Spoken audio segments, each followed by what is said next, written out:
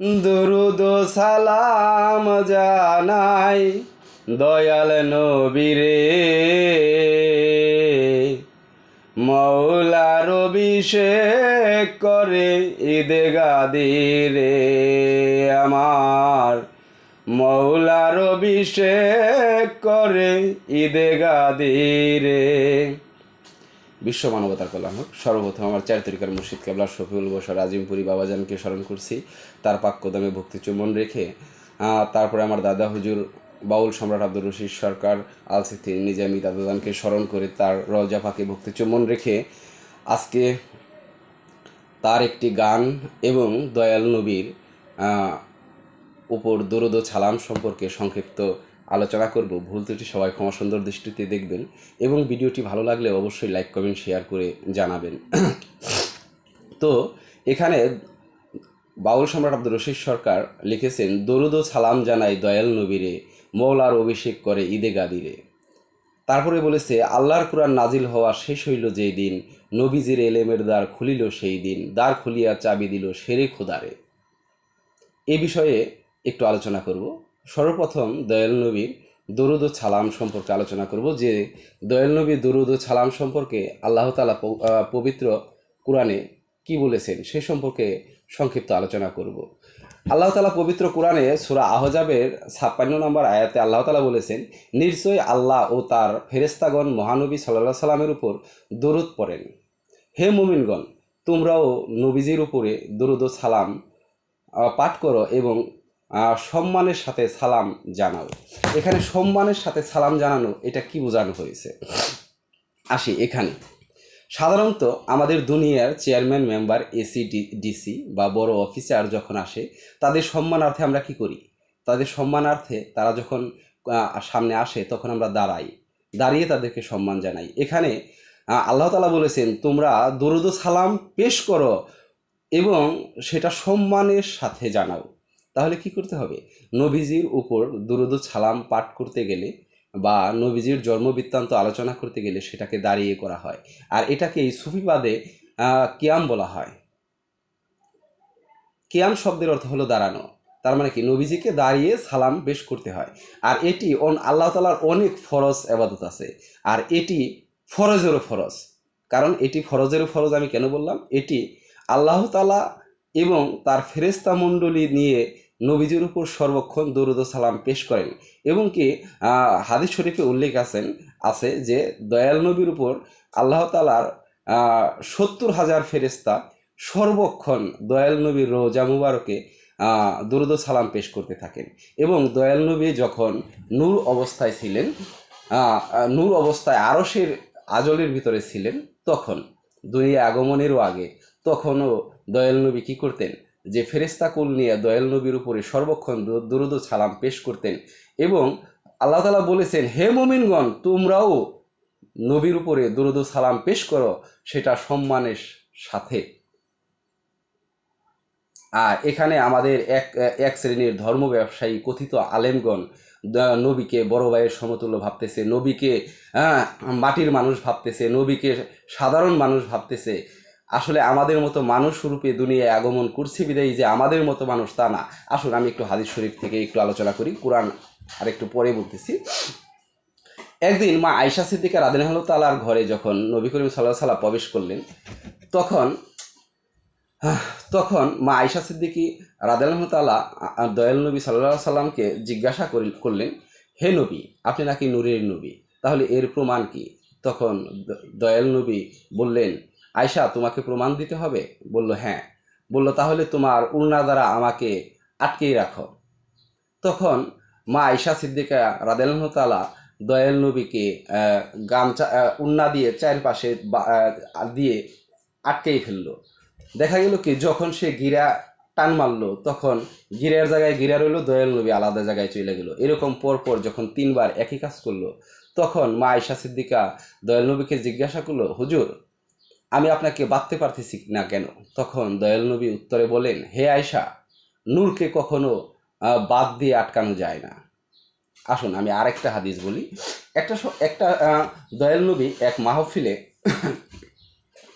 মাহফিলে মজলিসরত অবস্থায় ছিলেন। সেখানে মজলিস করতে করতে একটা সময় জিকিরের হালিয়তে দয়াল নবী দাঁড়িয়ে গেলেন এবং পরবর্তীতে যখন আবার হালিয়ত সাধারণ হলো তখন দয়াল নবী বসে পড়লেন এবং মৌলা আলী আলাইহিস সালামকে বললেন যে, হে আলী, এই জিকিরের মজলিসে যে দাঁড়াবে তাকে তুমি কতল করবে।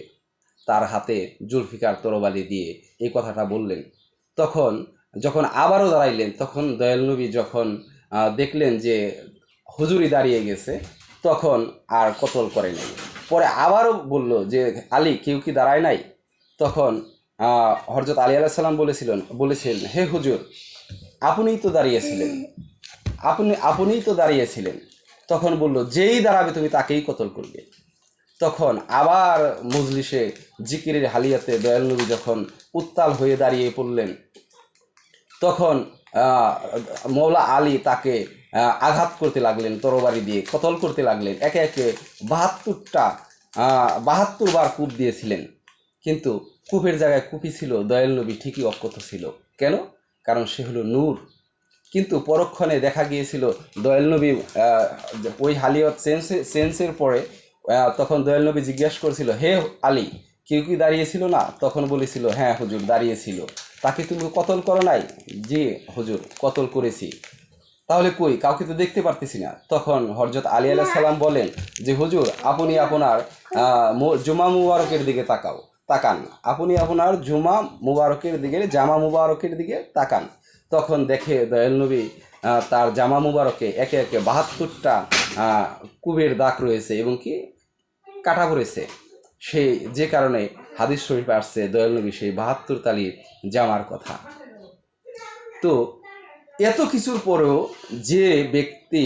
যে নবী না আসলে এই কুলকায়নাতের কিছুই সৃষ্টি হইতো না। যে নবী দুনিয়ায় থেকে এই পৃথিবীতে বসে সেই সুদূর চাঁদ, যেখানে বিজ্ঞানীদের যেতে অনেক সময় লেগেছে, সেই চাঁদকে হাতের ইশারায় দ্বিখণ্ডিত করেছে। কিন্তু যারা বলে নবী আমাদের মতো মানুষ, তারা কি এগুলো পারবে? এইগুলোকে কখনো ভাবে? আসলে আমি এতটুকুই বুঝি, এরা ইহুদিদের পাঁচাটা গোলাম, এরা ধর্ম ব্যবসায়ী, এরা ইহুদিদের দালাল। ইহুদিদের কাছ থেকে টাকা এনে তাদের পেট পূজা করে এবং ধর্মের নামে অপব্যাখ্যা দেয়। তাই আসুন দয়াল নবীর উপর দরুদ ও সালাম সম্পর্কে আরও কিছু আলোচনা করার চেষ্টা করি।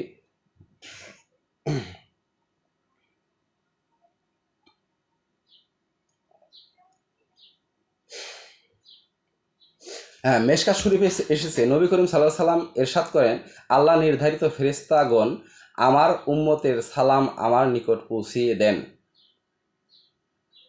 তাহলে আমরা যে সালাম পেশ করি, দাঁড়িয়ে যে সালাম পেশ করি, কিয়াম করি, এই সালাম তৎক্ষণিক আল্লাহ তাআলা ফেরেশতার মাধ্যমে নবী করিম সাল্লাল্লাহু আলাইহি সাল্লামের কাছে পেশ করে থাকেন।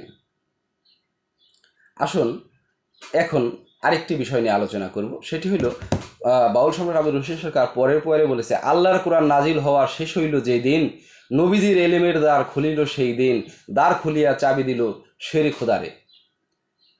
তাসওয়াফ পন্থী লোক বা আহলে বায়তের অন্তর্ভুক্ত লোক, এরা পীর মাশায়েখ ওলিয়াল্লাগণ হযরত আলী আলাইহিস সালামকে বেলায়েতের সর্দার বলে থাকেন। এটি কেন বলে থাকেন তার প্রমাণ আজকে আমি দিব। আসুন সূরা আলে ইমরানের 61 নম্বর আয়াতটি একটু শোনানোর চেষ্টা করব। নবীজি সাল্লাল্লাহু আলাইহি সাল্লামের সাথে নাজরানের খ্রিস্টানদের সাথে মুবাহিলিয়ার সময় আলী রাদিয়াল্লাহু তাআলাকে নফস শোনা বা নবীজির নফস বা পান হিসেবে গণ্য করা হয়েছে। এবং দয়াল নবীর একটি হাদিস আছে যে তিনি হাদিস শরীফে উল্লেখ করেছেন, যেমন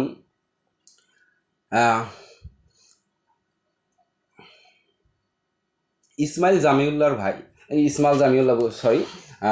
যেমন মুসা কালিমুল্লাহর ক্ষেত্রে হারুন আলাইহিস সালামকে তার সহোদর ভাইকে আল্লাহ তাআলা নবুয়াতি দান করেছিলেন।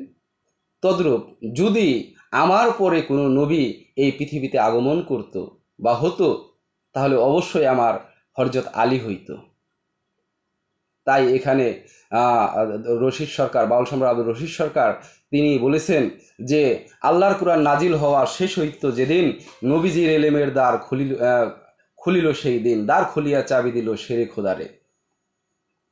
আল্লাহর কোরআন নাজিল হওয়ার শেষ হইল যেই দিন, নবীজির এলেমের দ্বার খুলিল সেই দিন।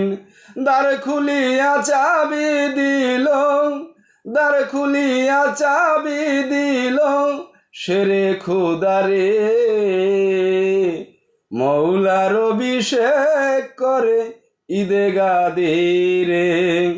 নবীজির এলেমের শহর যাইতে আমার মন, গাদিরে ঘুমেতে হইল নিগুর এক ভাষণ। ওয়ালি বাবুহা বলে, ওয়ালি বাবুহা বলে কয় উচ্চ স্বরে, মৌলার অভিষেক করে ঈদে গাদিরে। এখানে ওয়ালি বাবুহা বলে নবী কয় উচ্চ স্বরে। দয়াল নবী বলেন যে আমি হলো এলেমের সুরক্ষিত শহর এবং এই শহরের দরজা হযরত আলী। আমার কাছে যারা আসবে তারা হযরত আলীর সাথে 2 বার সাক্ষাৎ করবে। আর দয়াল নবী আল্লাহ তাআলার কাছে ফরিয়াদ করেছেন, হে আল্লাহ, আমার আলী যেদিকে থাকবে তোমার ইসলামকে সেদিকে রাখো, আমার আলী যেদিকে আমার ইসলাম সেদিকে, আমার আলীর সাথে যে অন্যায় করে, অবিচার করে, যুদ্ধ ঘোষণা করে, আল্লাহ তুমি তার সাথে যুদ্ধ ঘোষণা করো। এরকম প্রেম, ভক্তি, বিশ্বাস, আকিদা সব কিছু মিলিয়ে একজন দার্শনিক, সাম্যের কবি, একজন আল্লাহর অলি এরকম সুন্দর কালাম আমাদের মাঝে রেখেছেন, তুলে ধরেছেন। আসুন তারপর কি বলেছে, মানবতায় পরিপূর্ণ ছিল নবীর দিন, হযরত আলীর কাছে হস্তান্তর করিল ওই দিন। লাখো স্বাগতম জানাই, লাখো স্বাগতম জানাই মৌলাই আলী রে, মৌলার অভিষেক করে ঈদে গাদিরে। আল্লাহ কয় দুস্ত তুমি আমার কথা লও, আমার নবুয়তের দ্বার 2টা আলীর গায়ে লাগাও। আমারে না খুঁজারে যেন, আমারে না খুঁজারে যেন খুঁজে আলী রে, মৌলার অভিষেক করে ঈদে গাদিরে। সরকার রশিদে বলে আমি হই ভণ্ড মুসলমান, 60 বছরে হয় নাই জানাই আমার হযরত আলীর শান। সরকার রশিদে বলে, দাদা বাউল সম্রাট আব্দুর রশিদে বলে আমি হইলাম ভণ্ড মুসলমান, 60 বছরে হয় নাই জানাই আমার মৌলাই আলীর শান। আমি কই হইলাম মুসলমান, আমি কই হইলাম মুসলমান, কও দেখি মোরে, মৌলার অভিষেক করে ঈদে গাদিরে। এখানে শুধু মুসলমানের ঘরে জন্ম নিলেই মুসলমান হওয়া যায় না, তার প্রমাণ সূরা ইউসুফে 100 নম্বর আয়াতে আরও অসংখ্য প্রমাণ আছে, যেখানে নবীর সন্তানগণদের ইব্রাহিম নবী বারবার তাগিদ দিয়েছেন যে তোমরা মুসলমান না হইয়া অন্ধকার কবরে যেও না, তোমরা আত্মসমর্পণ করো, তোমরা মুসলমান হও, তোমরা তওবা গ্রহণ করো। তাহলে নবীর ঘরে জন্ম নিয়ে যদি মুসলমান না হওয়া যায়, তাহলে আব্দুল করিম, আব্দুর রহিম বা আব্দুর রহমান মিয়া বা আব্বাস আলী এরকম নামের শেষে ইসলামিক নাম রেখে মুসলমান হওয়া যায়? নবীদের সন্তান যদি নবীর ঘরে জন্ম নিয়ে যদি মুসলমান না হইতে পারে, এরকম নাম রেখে মুসলমান হওয়া যায় না। মুসলমান হতে হয় আহলে বায়াত, পাক পাঞ্জাতনের যে অনুসারী বা তাদের পরিবারবর্গের হাতে হাত দিয়ে আল্লাহর রাসূল এবং আল্লাহর আকাশমণ্ডলী ফেরেশতাকুল সমস্ত মাখলুকাতের উপর বিশ্বাস স্থাপন করে, অসত্যকে ত্যাগ করে সত্যকে গ্রহণ করে তারপরে তওবার মাধ্যমে ইসলাম ধর্মকে গ্রহণ করতে হয়। যদি কেউ ওলি আল্লাহর হাতে হাত দিয়ে বায়াত গ্রহণ না করে, সে কখনোই মুসলমান না এবং মুসলমান হতে পারে না। তো অনেক আলোচনা করলাম, আলোচনার ভিতরে ভুল ত্রুটি হলে সকলের কাছে ক্ষমা চেয়ে নিচ্ছি। অনেক কথা বলছি, কথার ভিতরে ভুল হতে পারে। তো ভুল আমার সমস্ত ভুলের জন্য সকলের কাছে ক্ষমা চেয়ে নিচ্ছি। সকলের প্রতি সালাম। আসসালামু আলাইকুম ওয়া রাহমাতুল্লাহি ওয়া বারাকাতুহু। সকল জীবের কল্যাণ হোক।